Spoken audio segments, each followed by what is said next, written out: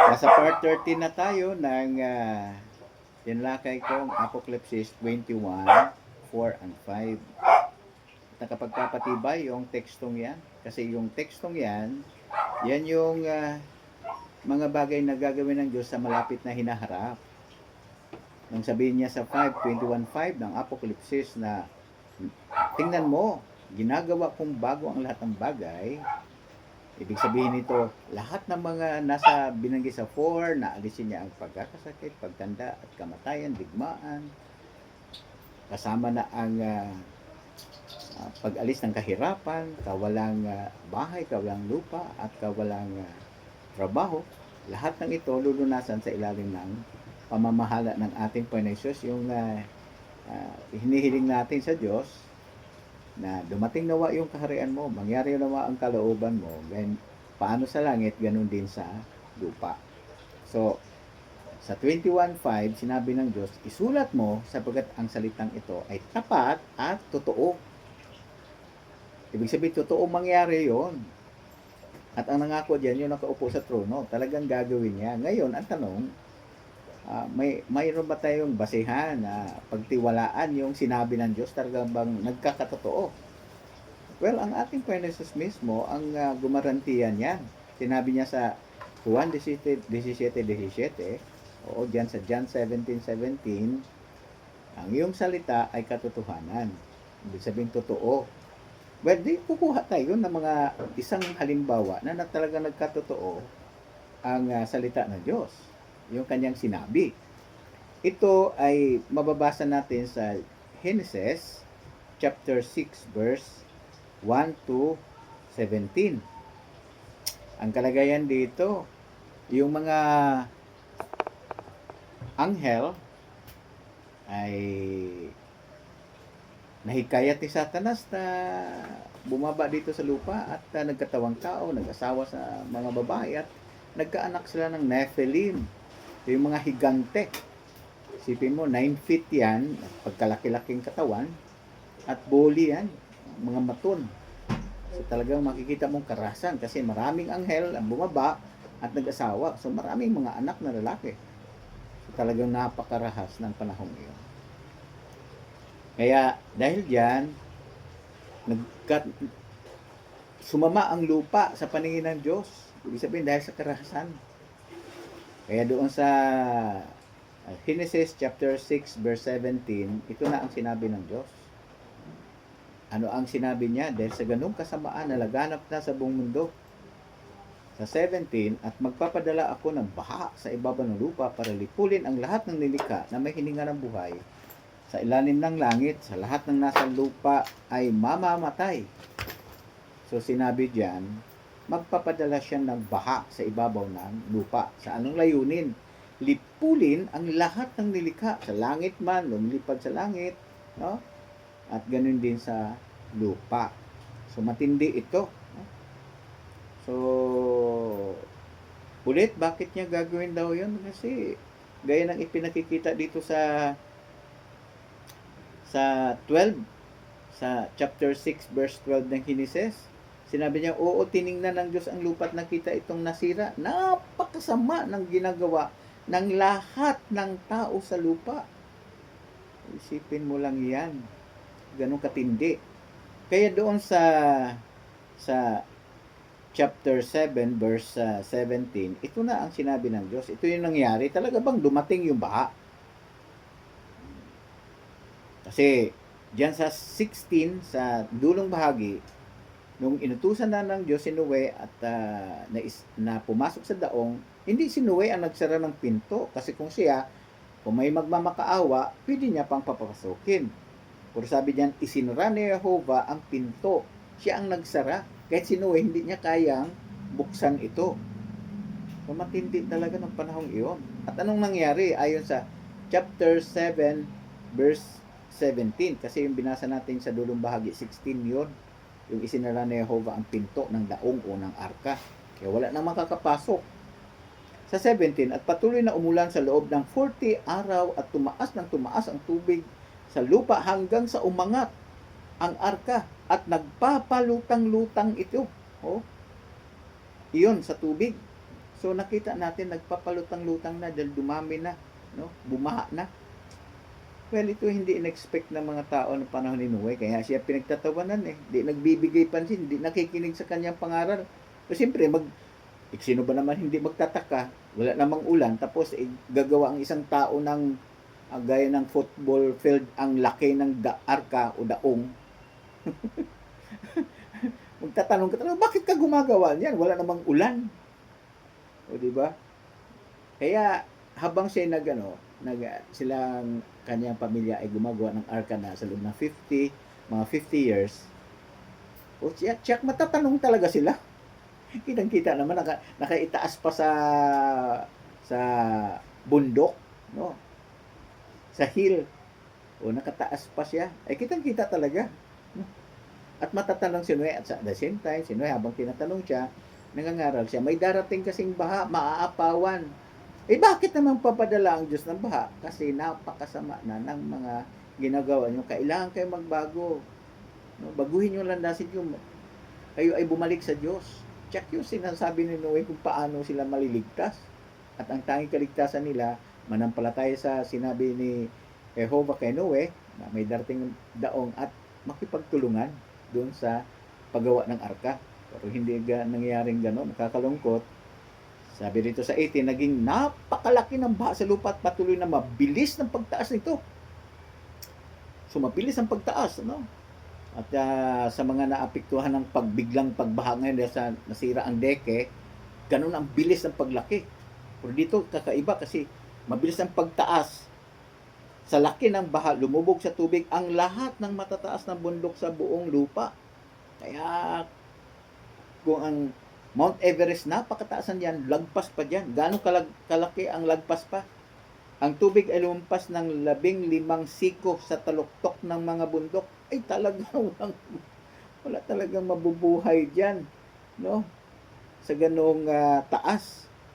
So, mabilis pang dumaluyong, pero ang arka ay lumutang-lutang. Kaya sa 21, nalipol ang lahat ng buhay na nilalang sa lupa, ang lumilipad na mga nilalang, maamong hayop, maiilap na hayop, mga nilalang na nagkukulumpon, at lahat ng tao. Yun ang ulat ng Biblia sa panahon ni Noe na nakakalungkot. Ang tanong, nangyari ba ito? Siyempre, sabi ng Diyos, isulat mo, sabagat ang salitang ito ay tapat at totoo. Ibig sabihin, lahat ng mga salita na pinasusulat niya, kasama na ito, nagkatotoo. Ay sino ang nagpapatunay nito una? Ay simple pa, ang ating Panginoon Jesus. Tingnan natin ang ulat ng Biblia sa Matthew 24, 30, sa East. Umpisahan natin ito. Kasi dito, ang setting dito, nangangaral si Jesus tungkol sa pagdating ng araw na kung saan ang Diyos ay kikilos din. Kikilos din siya para alisin ang lahat ng sagabal sa pagsasakatuparan niya ng kanyang layunin. Ang layunin yung nasa 21:4. Sa katuparan, magkaroon isang bagong sanglibutan, may bagong langit, nakakataas na pamahalaan, no?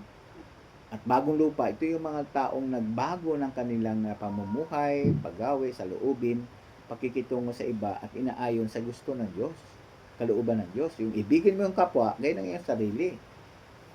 At kung anong gusto mong gawin sa iyo ng iyong kapwa, yun ang iyong gawin sa kanila.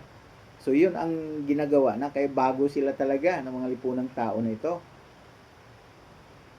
Kaya mangyayari yon, no? Sabi niya, yun ang tungkol sa araw at oras na yon, nakikilos na ang Diyos. Pero sabi rito, kahit ang mga anghel sa langit, kahit ang anak, si Jesus, kundi ang Ama lang ang nakakaalam. Walang sino mang nakakaalam, kundi ang Diyos lang, kasi siya ang nagtatakda ng oras na yon, araw at oras. Dahil ang presensya ng anak ng tao, ang tinukoy na siya, ang kanyang pagbabalik, taglay ang kapangyarihan ng kaharian, ay magiging gaya ng panahon ni Noe. So binanggit ni Jesus si Noe. Ibig sabihin, naniwala si Jesus, talaga nangyari yung baha noon. No? Kasi hindi naman niya pwedeng banggitin yan kung hindi talaga nangyari. Gaya ng sinabi ng ikalawang Timoteo 3:16, ang buong kasulatan mula Heneses hanggang Apokalipsis ay mula sa Diyos. Kaya ang presensya ng anak ng tao maging gaya ng panahon ni Noe, binanggit niya si Noe. Ano nangyari sa panahon ni Noe? Nung panahon ni Noe, sa panahon iyon, bago ang baha, ang mga tao kumakain, umiinom, mga lalaki at babae ay nag-aasawa hanggang sa araw na pumasok si Noe sa arka. Hala. So anong sinabi? Sinabi dito na normal lang ang kalagayan. Parang sa ngayon lang. Ano? Eh, mga tao sa ngayon, anong may pagkilos ang Diyos? Normal lang, tingnan mo, kumakain, umiinom, nag-aasawa, normal lang kalagayan. Pero hindi lang napansin na, ang napansin lang noon, gumagawa si Noe ng daong, bandang huli, hindi na lang siguro pinapansin na, habang papatapos na. Hanggang sa nangangaral si Noe, walang nagbibigay pansin. Hanggang sa pumasok si Noe sa arka, hindi rin na napansin. No? At, sabi niya sa 39, hindi sila nagbigay pansin hanggang sa dumating ang baha at tinangay silang lahat. No? Maging gayon ang presensya ng anak ng tao. So, anong problema ng mga taong yon? Na gaya ng ating binasa doon sa 7:21 ng Genesis, lahat ng mga tao namatay, no? Nalipol sa baha. Di sila nakapasok doon sa loob ng daong. Check na siguro nung bumaba, gusto na lang pumasok, kaya lang ang Diyos na nagsara hindi na talaga mabubuksan yun. No? Kaya dito, hindi sila nagbigay pansin. Sa kalintulad ng paraan sa ating panahon din, ang mga saksi ni Jehovah nangangaral yan sa mula pa ng 1914, nung kaagahan pa nga nito, no? Ay nangangaral na tungkol sa bagay na ito, tungkol sa kaharian ng Diyos, na kailangan pumanig ang mga tao, magpasakop dito, mamuhay ayon sa kalooban ng Diyos o sa utos ng Diyos na sa Biblia. At tinuturuan mga tao, libre yan. Nagsasakripisyo ang mga saksi ni Jehovah, voluntaryo sila. Kahit ako, voluntaryo ako. Wala man ako tinanggap kahit kusing. Pero kahit walang tinanggap na kusing, ang pagpapala ng Diyos naman talaga ay nagpapayaman. Hindi ka talaga pabayaan din. Sabi niya, sa Hebrew 13:6, diba? Hindi kita pababayaan, hindi kita iiwanan. So, talagang naranasan ng lahat ng mga saksi ni Jehovah yan. Kahit voluntaryo na pupunta sa bahay-bahay, gastos lahat, sarili, personal, para tulungan mga tao malaman ang bagay na ito. Kailangan silang pumanig sa kaharian ng Diyos, mag-aral ng Biblia. Kaya kayo ay inaalok ko na mag-aral ng Biblia sa mga saksi ni Jehovah. At pwede kayong pumunta sa gw.org, may online Bible study doon. Assignan kayo ng mga taong kawika ninyo, anumang wika na gusto mo, yung inyong mother tongue wika nga, no? Yung inyong salita, no, kung saan kayo kumbinyente. Yan, tuturuan kayo. So, diyan ay sabi rito, hindi sila nagbigay pansin hanggang sa dumating ang baha at tinangay silang lahat at sila'y namatay. So, si Jesus mismo ang nagpapatunay na nangyari ang mga bagay na ito. At nakatitiyak tayo na yung sinabi ng Diyos na isulat mo sapagkat ang salitang ito ay tapat at totoo, mangyayari yon. Pero hindi gagawin ng Diyos yon kapag may mga sagabal pa sa kanya layunin, kasi magiging masama lang din ang kalagayan kung andyan ang masamang tao, di ba?